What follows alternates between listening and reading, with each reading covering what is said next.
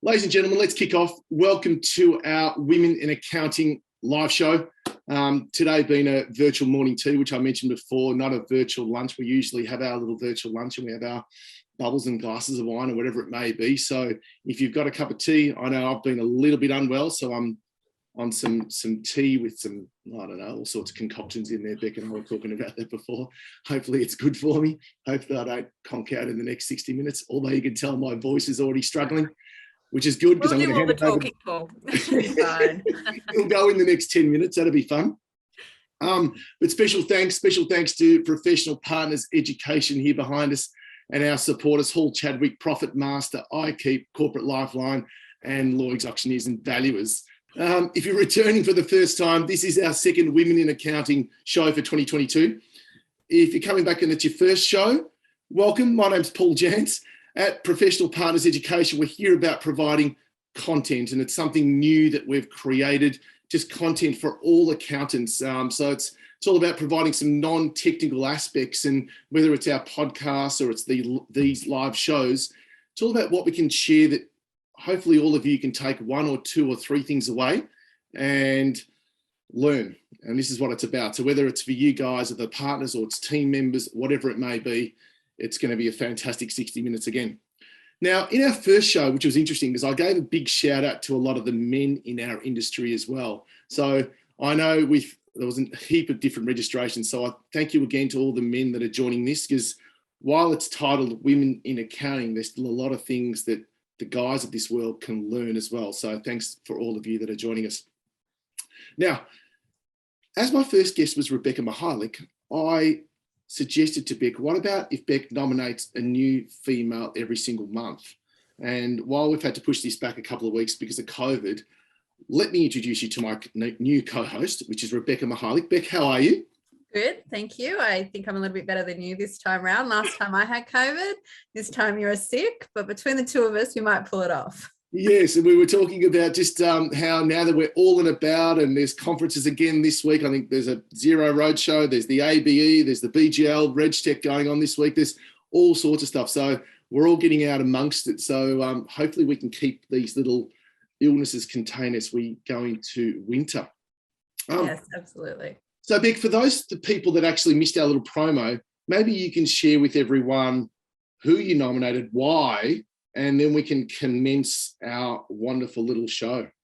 Well, as you would all know, because she's sitting there on the screen, I nominated the fabulous Aly Garrett from All In Advisory. And the reason why I do that is Aly and I actually share a lot of similarities in our journeys and the things that we do day to day. I mean, we even specialize in the same areas, but it doesn't mean that we're competitors. We actually have a more collaborative approach, which is what our community is now about. You know, there is more than enough clients out there for all of us.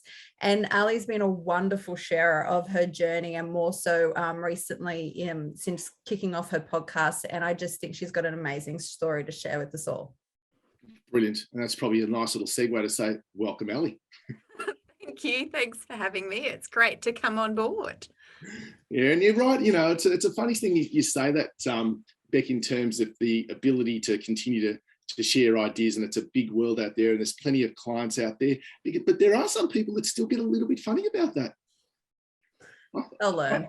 I find it quite funny. You sort of go, it's a big little, even if, you know, because some of the firms we work with as well, they're even in the same building, they're in different floors. It happens, but I love the ability you mentioned just before, the ability to collaborate and to share ideas. And I know both of you have done that quite a lot over the last few years, which has been brilliant. Now, just before we get into the show, you guys have got chat bars. There's plenty of chats going on already, which is good. If I quickly have a look at that. You've got the chat bar there and you've got the Q&A. So please, if you've got anything you want to share, throw it in the chat bar, throw it into the Q&A, and we will look at that throughout the next 55 minutes. We'll look to get everyone out here by about 11 o'clock Eastern Standard Time. Okay, let's get into this.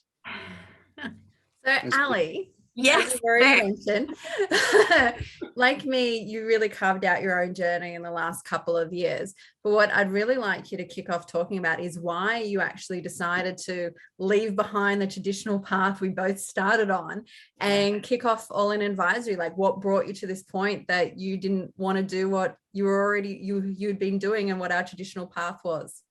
Yeah, look, I'll just say it flat chat. I was so frustrated by the system, by how I was being treated by my co-directors and co-partners. I'll go back to the very beginning. I've always loved accounting. It was something I was born to do. And so when I started out, I worked with a particular partner for 13 years and I loved working with him and he was amazing. But what I found, unfortunately, was my loyalty was not returned. When he was looking to retire, and I'd worked with him for that whole 13 years and held most of the client relationships, he decided to bring 2 senior males into the organisation with less experience than me and then started handing over his clients to them. And I thought, well, God, goodness me, that isn't really what I wanted. And I learned a really big lesson there, that loyalty needs to be returned 2 ways. So I moved to a employer of choice for women, Deloitte at the time, which is amazing as a director. And I had my 2 little bubbies and was able to progress through that organization and move into, I guess, their pathway to partnership. Realized, although I loved the Big 4, it wasn't for me, and moved to a firm which I'd negotiated with to basically become a partner. After 3 years of meeting all of my KPIs, they kept changing the rules. And so I successfully negotiated my way out of that organization with all of my clients, with all of my team, and not paying a cent, and literally started All In the next day. And 3 years on, that journey has been absolutely amazing. I guess I held this skill set that I was afraid I was going to lose if I didn't go out and get that, which was the tech type stuff and the client relationships. I just knew things could be done differently and I was being held back. And I literally decided to take the handbrake off and to take that big leap and start my own firm. It was the best thing I ever did. Great. So you just mentioned 3 years, which is quite interesting. And we're going to get into some of the key areas that what you've been able to achieve, which is quite phenomenal in 3 years. Started with a big bang, Paul. Exactly. It was 25 years of experience. I just landed. So where did you start? So that's probably for all of the people listening to thinking about, this is about carving out your own journey. So where did you start, and probably what were the most important aspects to set up first? We're starting All In. Yes. Yeah. So I guess there was a plan. So I had Lee Duffield, who is my GM. I guess we're, tight as thieves, us two. And so we were both frustrated and decided that we could do things a better way. So we actually went out to a lot of road shows and started building our tech stack. I had a client base behind me that I knew was very loyal to me. They'd moved from my previous firm to Deloitte to the next firm and to myself. So I knew that they were going to come with me. And then we looked at, I guess, the marketing side, the advisory side, what we were going to deliver. And we had our original plan was that it would take about a year for us to set up and, move through everything. In the end, I think it was about 6 weeks. We were just so frustrated and we got things done really quickly and we just literally landed. But I think I was very strategic and very planned in those early stages. As I said before, I had 25 years of experience behind me. I knew what I wanted the accounting firm to look like. And I had, in my prior positions, been moving those firms in a lot through the change management, into the tech type space, into the advisory space, into that client relationship management type space. And so I knew, and I'd created all of these templates that I could literally drop into All In, one, to see if it would work, and it absolutely did. And that's, I guess, where we just started flying. We had this 5-year plan, we met it in 1 year. And that was actually the biggest challenge, is that we were growing so quickly. Like I was taking on a client a day. And so growing something that quickly is actually incredibly painful, because when we set up All In, it was actually, we wanted to be really niche and small and boutique so that we could have, family and work. And then all of a sudden it was work. So that was the challenge. That's really funny, because I went through the exact same thing. Not exactly the same, but so close. When I first went out on my own, I'm like, I'm just going to detach the chats from the kitchen table. I don't want to do anything else right now. I just, want to do this, see my kids grow up. So and then that doesn't happen. So what were your saving graces throughout that period? You know, how did you actually manage to juggle all of that? And what were those moments where you're like, just kill me now and give you, I don't want to do it. We had I'm sure you had them too. Yeah, look, I think it was quite a few things. One is that I had all that experience behind me and I have a really high capacity. So I kind of knew, and everything is a phase, right? I had to lean in, get it done to kind of give me that space and scale so that I could, you know, have that growth. The team behind me, Lee, was an amazing support. My family, my dad is my biggest supporter. And so I did have people obviously looking and helping with the children. But in saying that, I've always been part-time. I've worked 4 days a week and I'm religious about that. I do every school drop-off and pick up. I'm just really smart with my time, but I'm also really good at saying no to things. I'm also really good at delegating to not only my team, but to outsource. So I know what I'm good at. I do that. And then I make sure that everything else is kind of covered, you know, play to your strengths type stuff. But look, there were absolutely moments where when we were growing and it was so painful, Lee and I were like, oh crap, this isn't kind of what we wanted. And we had to rethink about, okay, well, what is it? What capacity do we have?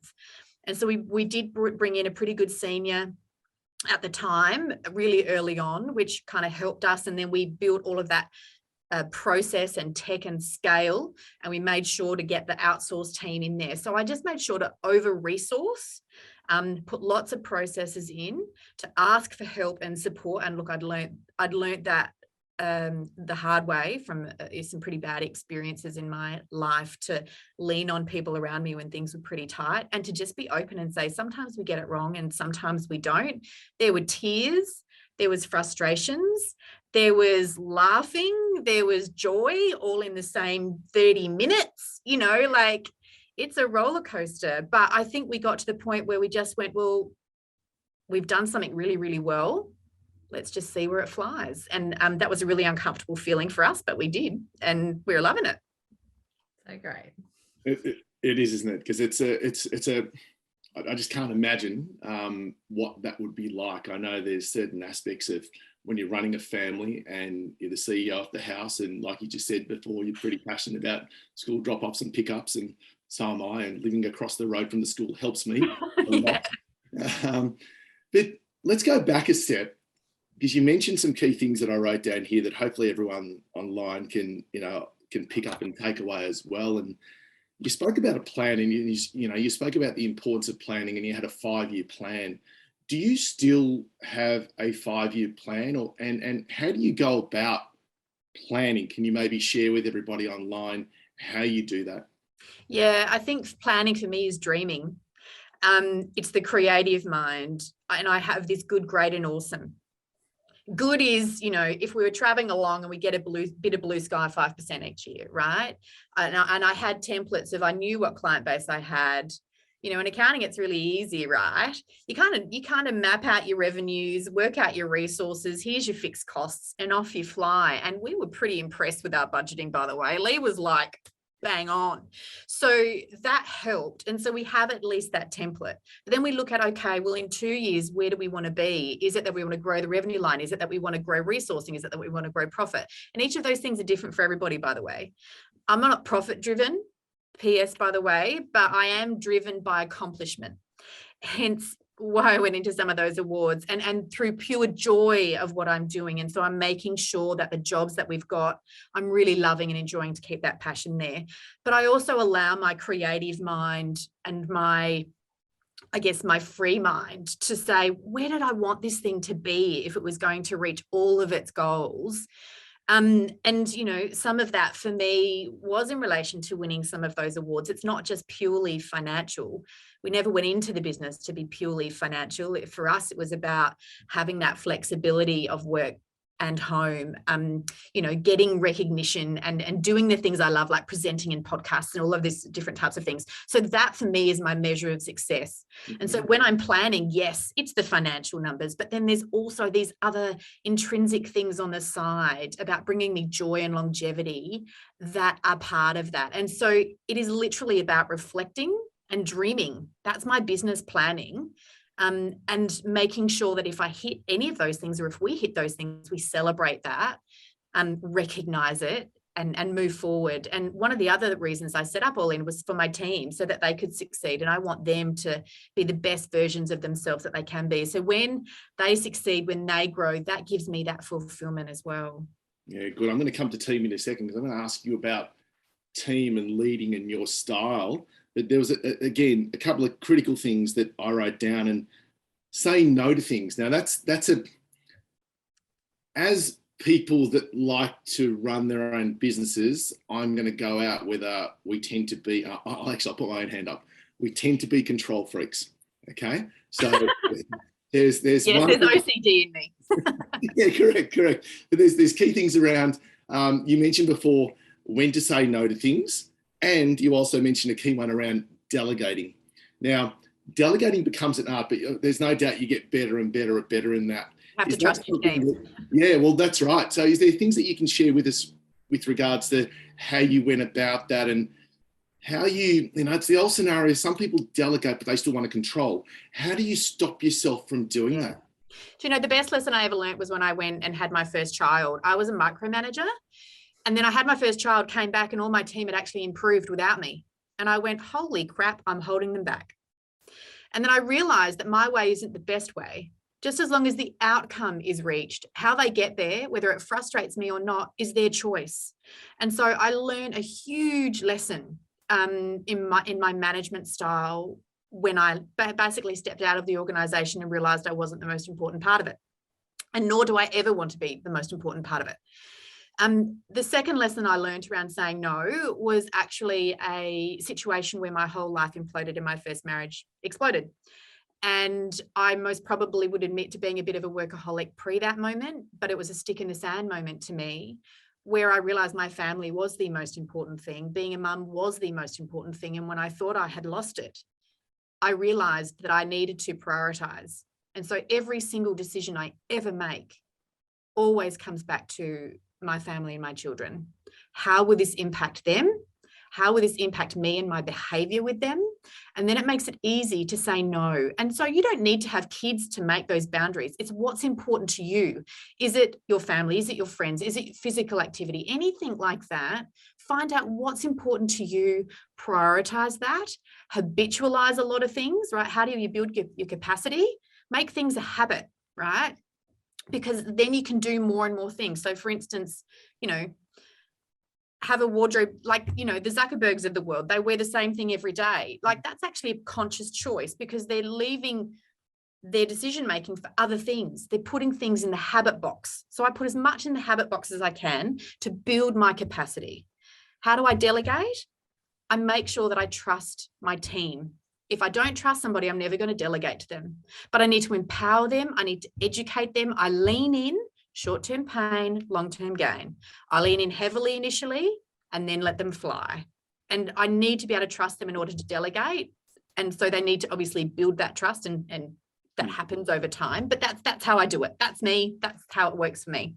Yeah, I think there's no real magic to it. It's a matter of just trialing. It's a bit like having children. There's a lot of different things, aspects that you've got to, as a parent, that we've got to try there. And I've got 3, so the one you deal with the eldest is not the same way you deal with the middle one, and it's definitely not the way you deal with the youngest.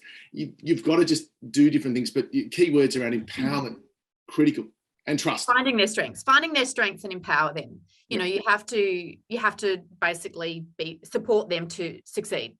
Yes. And not be the reason that they fail. Okay, brilliant. But also, I don't mind that. I also say to the boys all the time, having 3 boys and being very competitive, it's okay to not succeed all the time. It's okay to lose. It's that. My most favourite quote is fail cheap. If you're going to fail, just do it quickly and cheaply. And try not to repeat the same mistakes over and over again. There's no harm in failing. No. And I don't have huge expectations either. Like, I think if you set expectations really high, you're setting yourself up to fail. I start from a pretty low base. And you know what?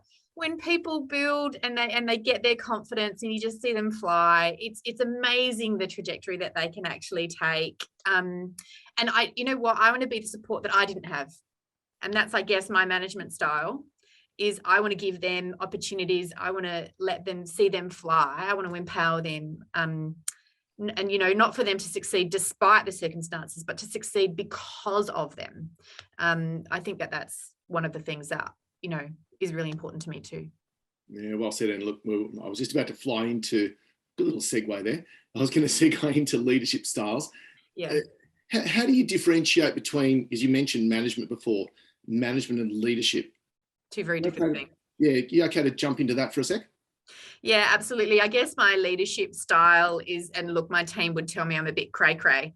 I'm wildly creative. And that for me is the thing that kind of drives all in. So I'll come up with some wacky, crazy ideas, and the team then works out how do we then pull that in. So for leadership, it's around my creativity. It's around role modeling behavior. It's around empowerment.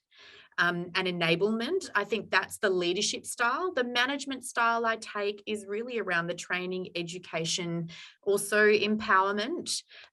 Definitely not micromanaging. I'm a very big picture person, but I've trained myself to be that way. I am actually very OCD, but I've trained myself to step back. I have moments in my mind where I'm micromanaging, but it doesn't come out of my mouth.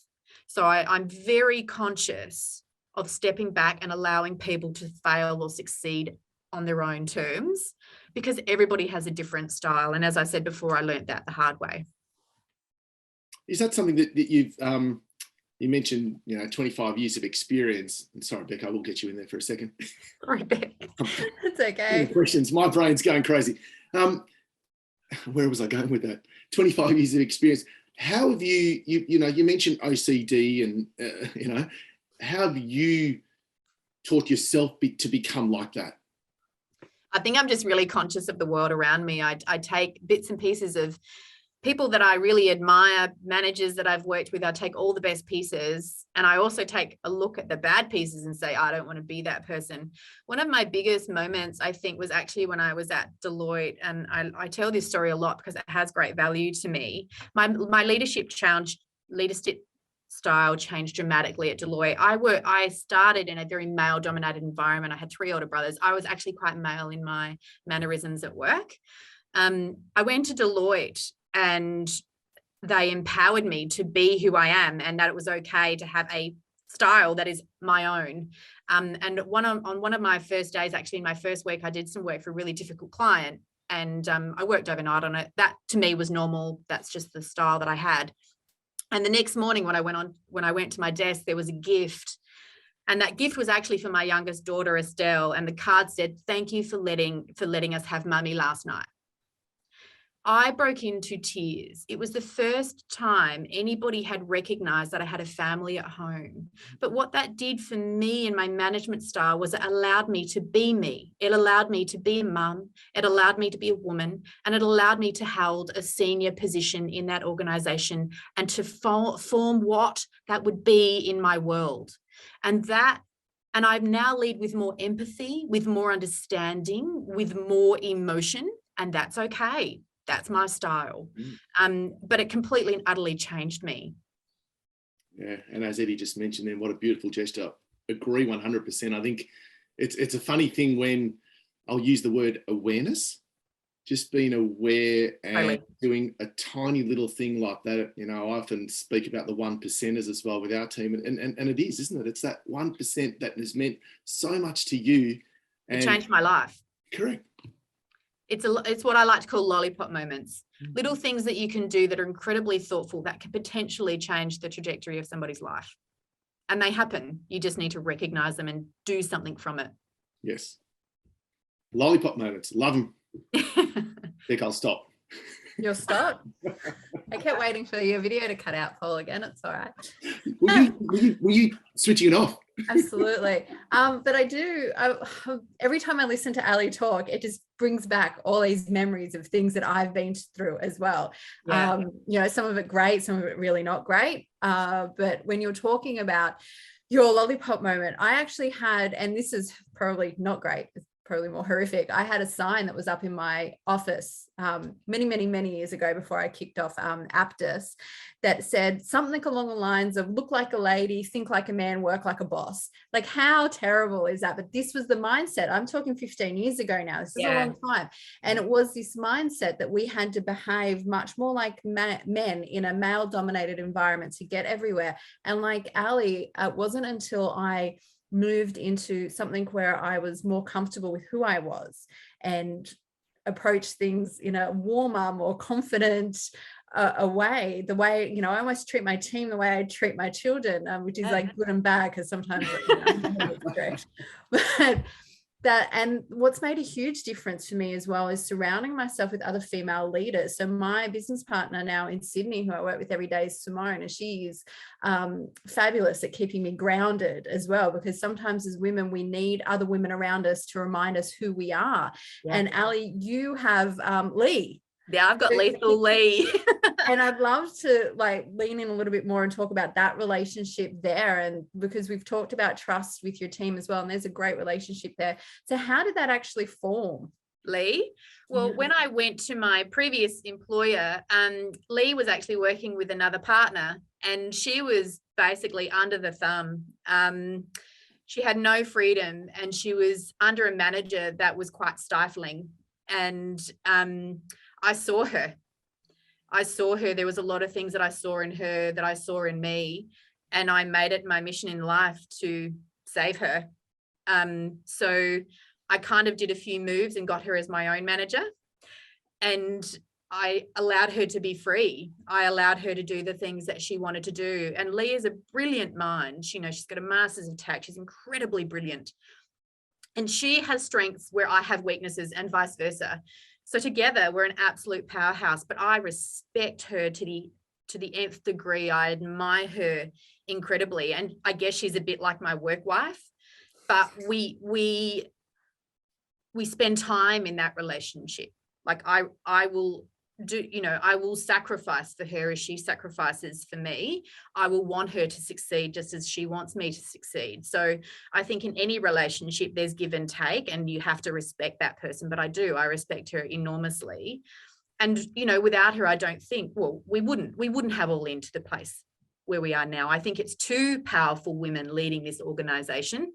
Yes, ultimately I'm the shareholder, but that doesn't mean she's not, in my world, she is, you know, that's just how it plays for me. Now, she didn't actually want to be a shareholder. That was her decision. But ultimately, I think you need to just respect that person. And I knew how lucky I was when I found her. I'd worked with enough people to know.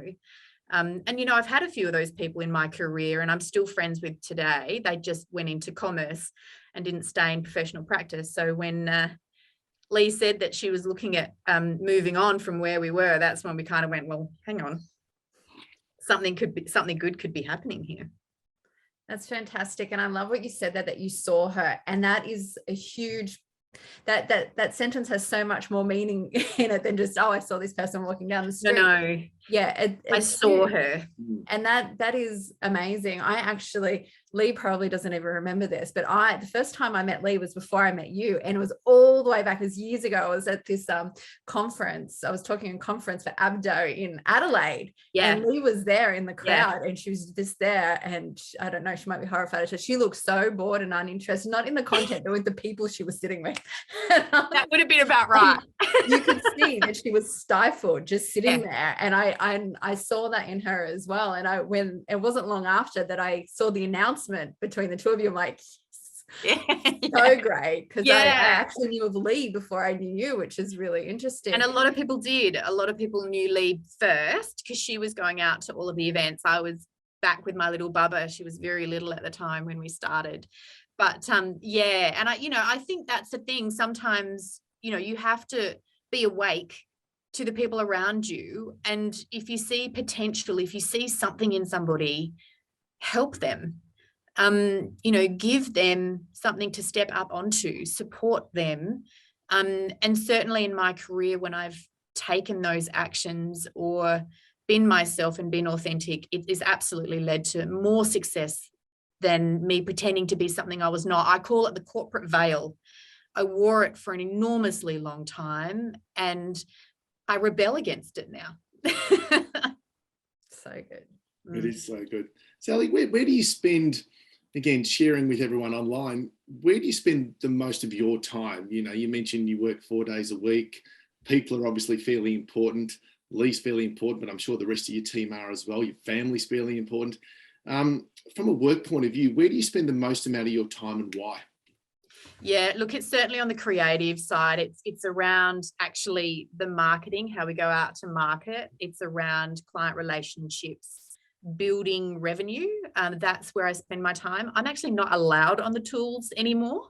My team have told me off and said, walk away. And, you know, that's most probably not my strength anymore. You know, it's that classic, you build your technical skill and then become a people manager and then you lead an organization. I just don't have the time to get on the tools anymore. So for me, it is around what's next. How do we go out to market? What does our brand look like? What's our culture? That's actually a huge part to play. So I am still heavily involved in the people side of the business, not in the education side. That's more Lee and Rhett's bag, but more on the culture, helping people to move forward in their careers, understanding what they're wanting, bringing the joy. That's really where I spend my time in the business. Yeah. Yeah, look, I love the word you've used there a couple of times on the creative side. And funnily enough, I've started to do that a lot myself and allowing myself to only work 4 days a week as an example. But this is not about me, it's about you. I was going to switch it there for a second, isn't it? Oh, no, you're good. You're all right. All right, can't help myself. But on that, where was I going with that? Just on that creative side and allowing yourself to do that, you mentioned marketing.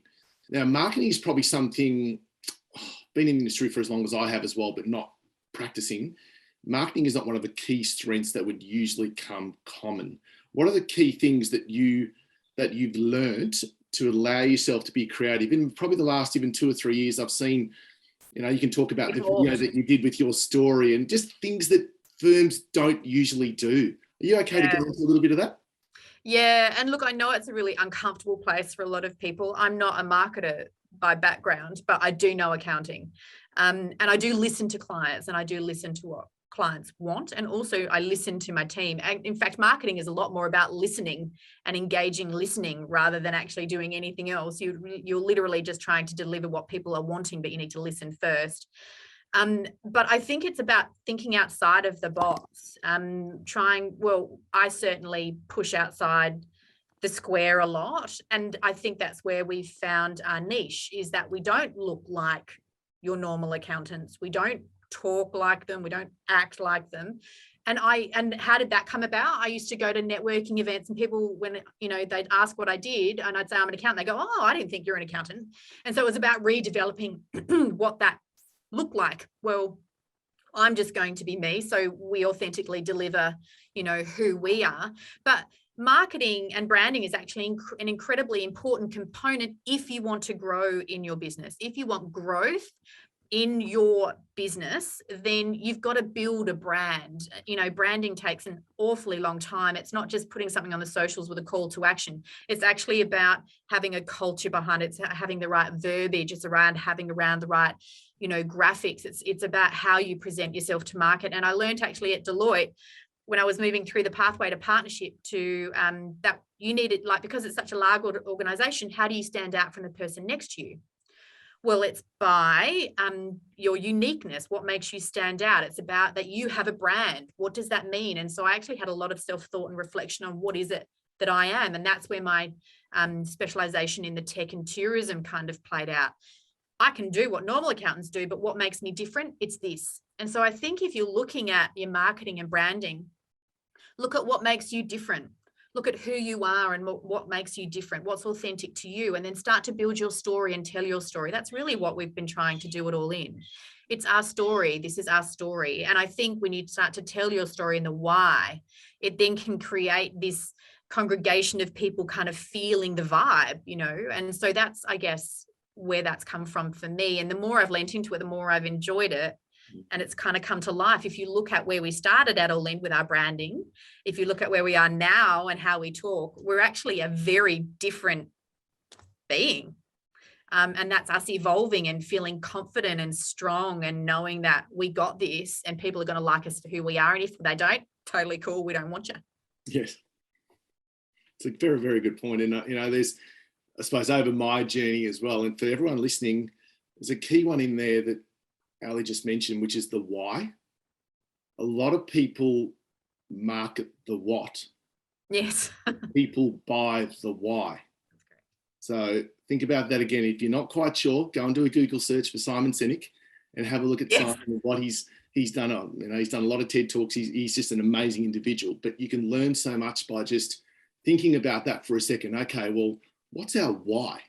And you're not going to, you might not come up with it straight away, but it is so important that that's what people buy. They won't buy the what, but that's what most people will market, the what. And how. Yeah. Interesting mind shift.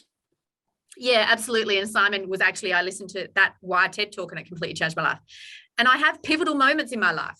But the difference is that 1 million people can listen to that same thing, but what are they going to do with it after? This is the difference. Yeah. You can sit here and listen to me for an hour. It won't change your life, but if you do something, it might. To do one thing, and this is what I tell people, stop wasting your time. If you're not going to do anything about it, stop wasting your time. If you're going to spend an hour doing something, do one thing differently. Do one action, take one action. And this is, I guess, there are pivotal moments in my life where I've heard something and I've gone, boom, even Zero, right? When Zero came along, that completely changed the trajectory of my career. Like then I focused on tech. Then I had a differentiator. I had something different. And where have we gone and where has my success been built? Tech. So, I think sometimes it's not about all these great little things. It's about actually doing something with it. Yeah, it's true. And you mentioned also tourism and travel there as a couple of, you mentioned tech, then travel, tourism as key sectors that you've moved into. Was that something consciously that you moved and said, right, I'm going to become the specialist in these areas? I think it was a strategic move to differentiate brand. I looked at my client base and a lot of them were in that particular space. I also understood it really well and I enjoyed it. And I like working with the people in that industry. I guess every industry has a particular type. And I enjoyed working in that industry. I also found it very easy to network in that industry and to find opportunities to present, because it's not one that has high margins. And so a lot of the bigger firms aren't really that interested in it. But for me, it was a great space to be. It just fit me. It would also fit really well with your tech expertise, because in these industries that have low margins, this is where the tech becomes super important. And I love the webinars you put out on that. I watch them. Yeah, see? And so it absolutely has value. And so everything kind of aligned and was kind of in this little pot of, oh, this is it.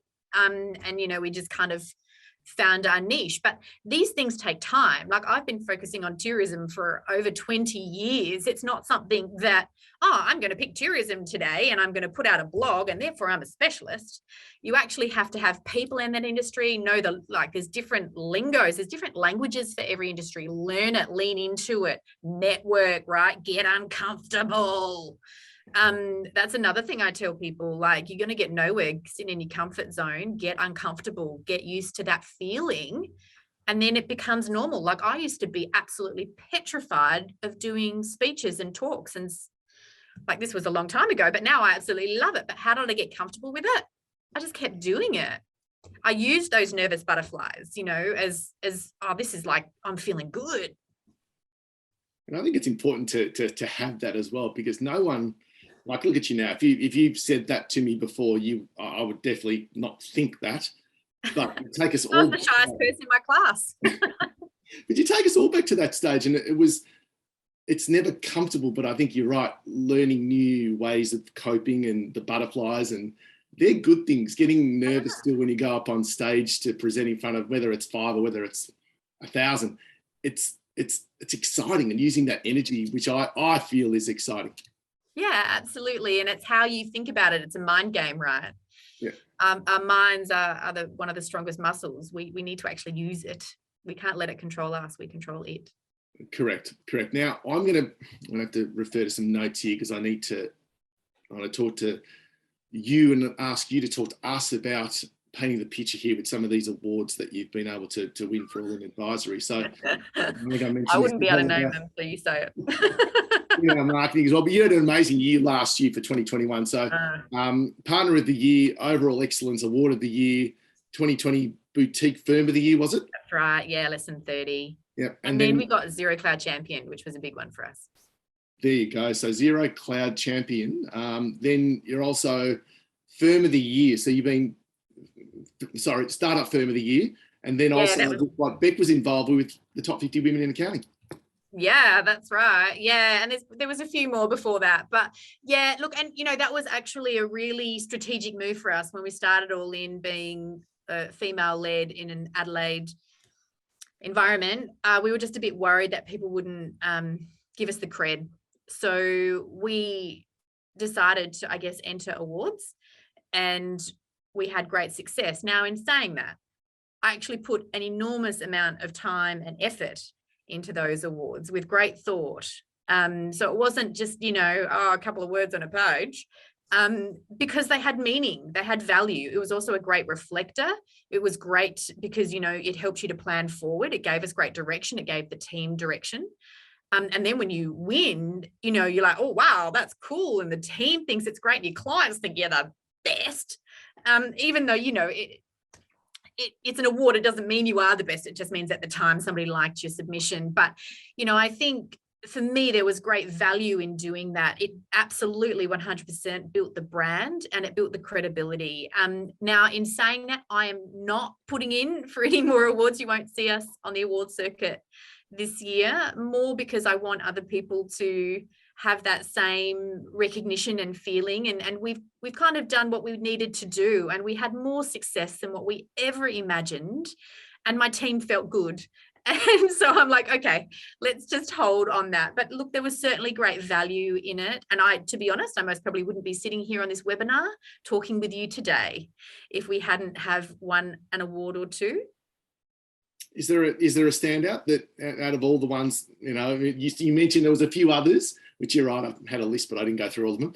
But, and I still I remember having this conversation with you maybe 24 months ago. Last year, yeah. No more awards. And then bang, you go out there with some others. Let me tell you a story. I was finished. Lee was not. Lee really, really, really wanted Zero Cloud Champion. And so I actually did that award for her. And it nearly broke me, that award submission, because I really, really wanted it for her. So, and we got it. So that was Lee's award. That wasn't mine. That was Lee's. And so, but I guess the one that means the most to me was with the Accountants Daily, because that was men and women. And that was Boutique Firm of the Year against some pretty stiff competition and overall excellence, And look, I didn't get thought leader because Beck got that one and she well deserved it. But, I think the recognition, I have to tell you, it did healing in me. I put a video up, and it's most probably still all over the socials, of my reaction to winning. And, my thought process at that time, excuse my language, I'm sorry, but I'm going to swear, was fuck everybody. Fuck you. I was able to do it. Like everybody that had ever told me no, everybody that had ever said you can't do it, everybody that had said that's a stupid idea, everybody that had said, no, you don't have what it takes, everybody that had said you don't have the right tone in your voice to win a client. I was like, screw you. I knew I could do it. This is what you can do.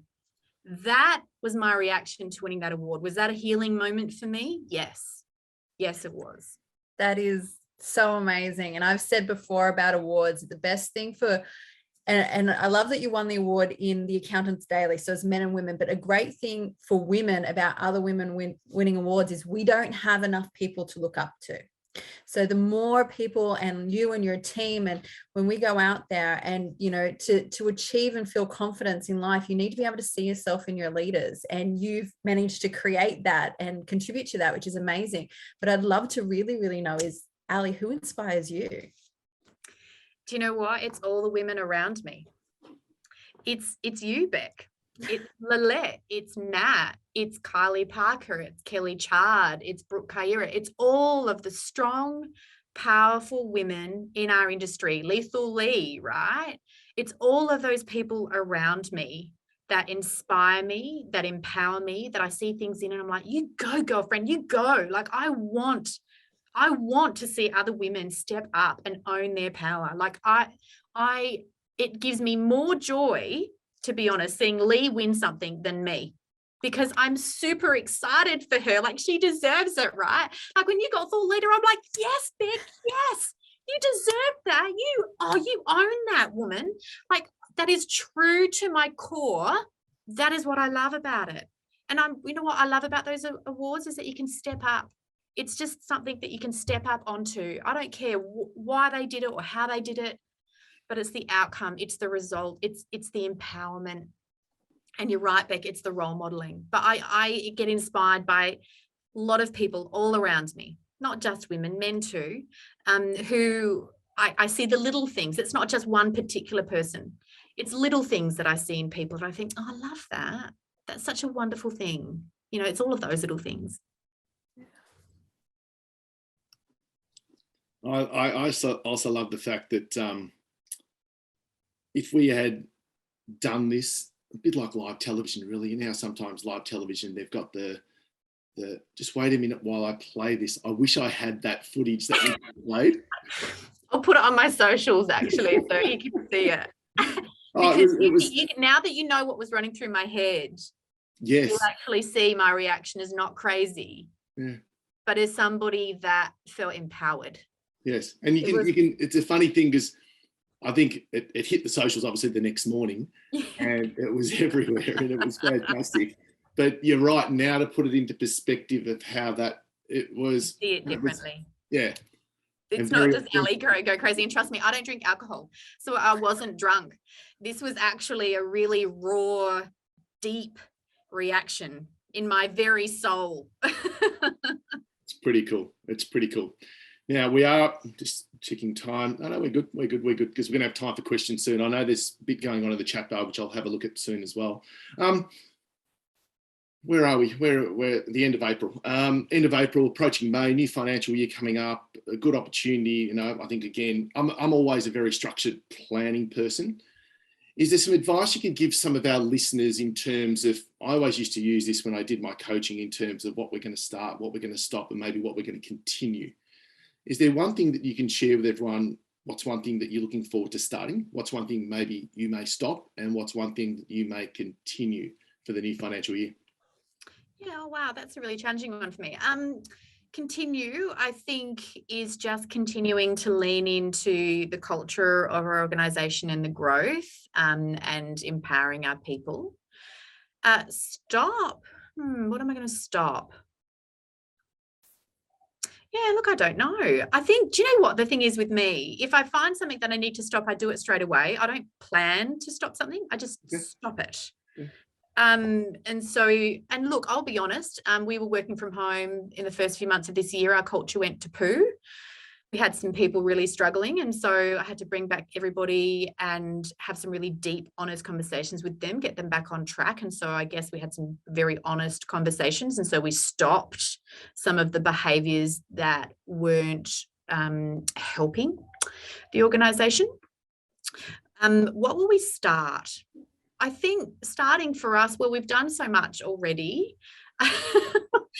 And I've said to my team, I really just want continuity this year. So no big awards, no big new services, no big new products. I just want that continuity of service and client relationships. But we have got new copy, so maybe starting the new verbiage and making it a bit more fun with our clients, if that makes sense. Okay, good. That's always an interesting thing. I've just done this, I call it a coaching course I coach my under 10s boys footy side. So not only do you want to have 3 boys and then you take on another 20 of them. And it's like, what am I doing? Seriously. But one of the key aspects they talk about is you've got to make things fun, because that's when, there's always learning, but the fun aspect is such an important aspect, isn't it? Yeah, and we did lose the fun. I think it's really hard to create fun when you're working from home.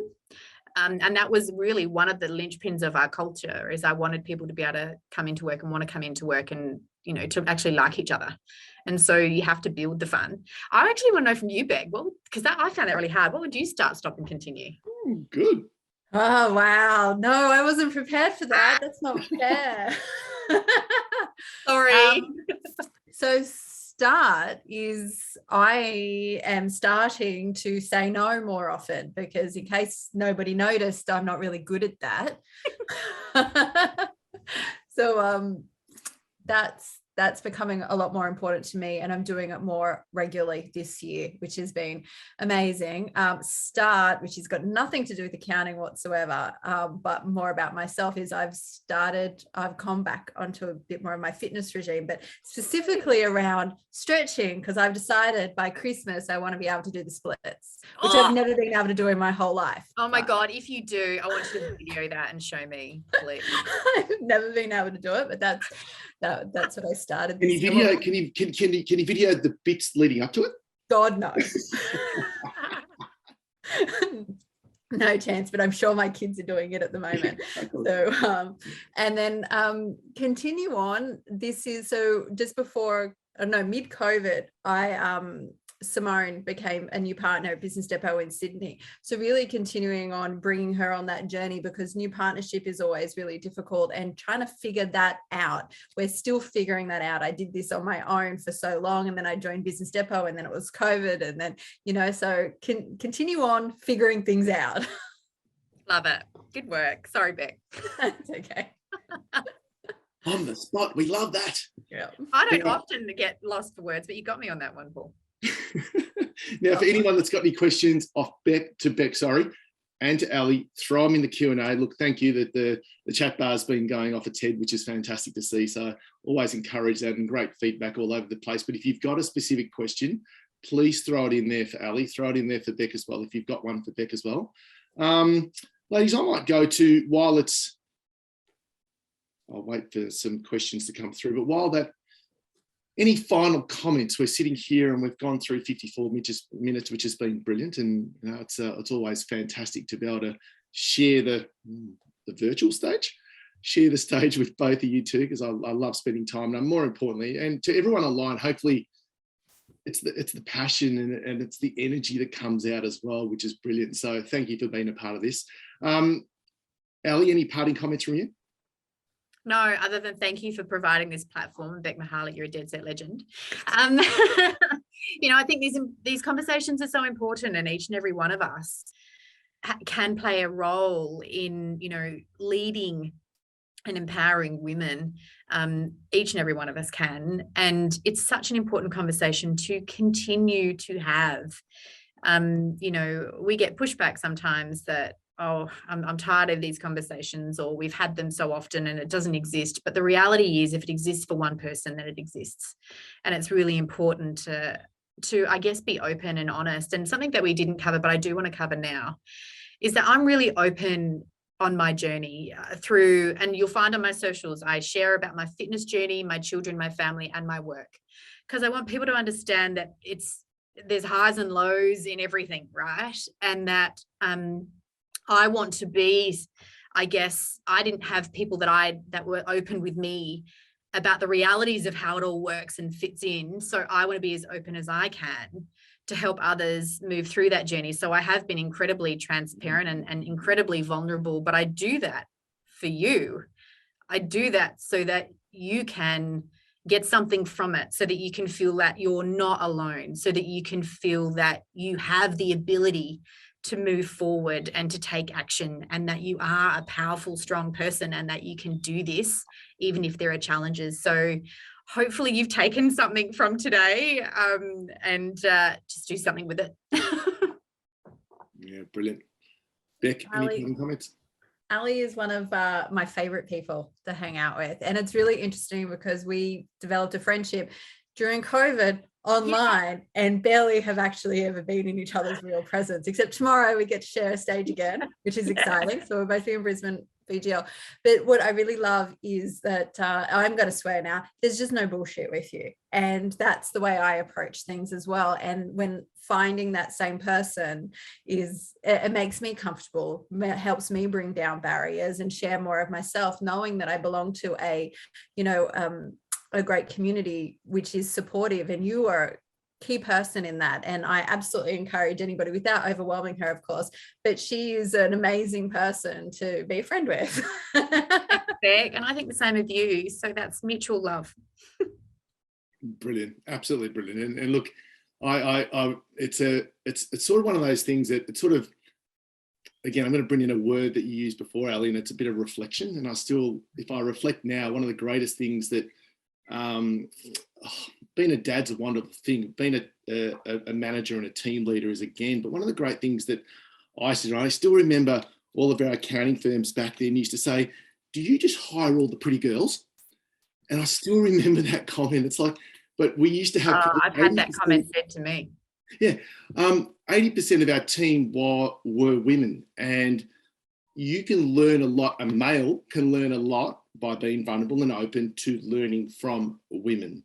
And I think, being challenged by not your wife or your ex-wife, it's being just open. And there's a lot of different aspects there that I've learned to be a better person, which has then made me a better dad and maybe a better leader and all those other aspects. So, and to both of you, I just want to say thank you again, because I think, again, if you're open to those sorts of thoughts, ideas, and the journeys that you both have set for yourselves, this is the sort of result that you come up to, and we're having a beautiful, authentic chat today.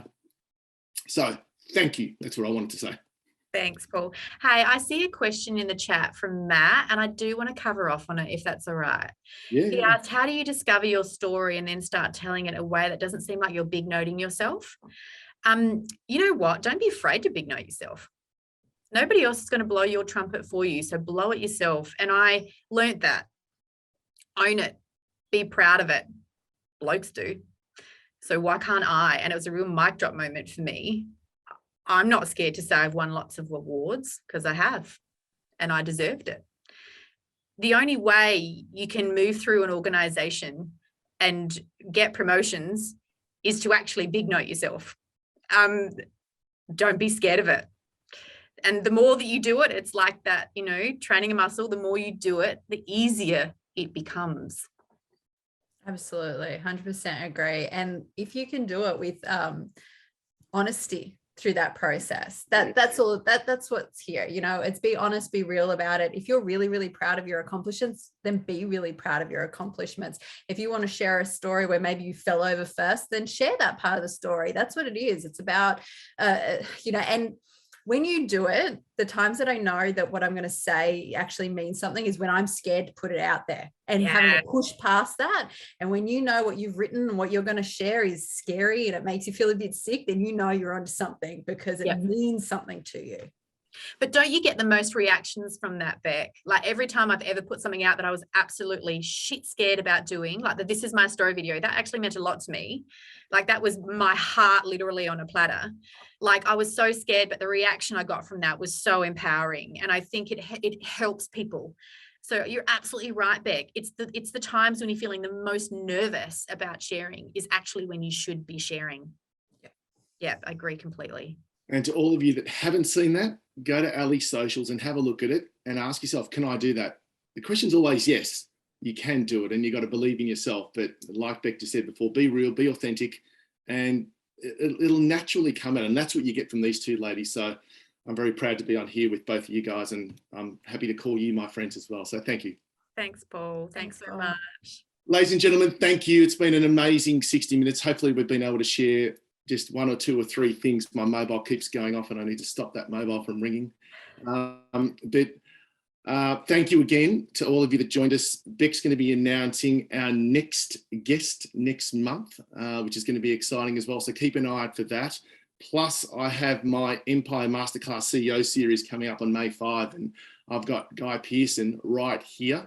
So founder, CEO of Practice Ignition, now Ignition. Ignition. Is it Ignition or Ignition app, Beck? Ignition. It's Ignition. Ignition. Okay. So, not the so Ignition, it's Ignition. Yeah, Ignition. So if you haven't seen Guy or heard Guy, and he doesn't do a lot of this stuff. So please come and listen to his story. It's an amazing story. So hopefully you've got that invitation and you can join us as well on the 5th of May. Ladies, thank you very much. Have a wonderful time together in Brisbane. We will. Too bad I can't be there. To all of you, have a wonderful day. Thank you.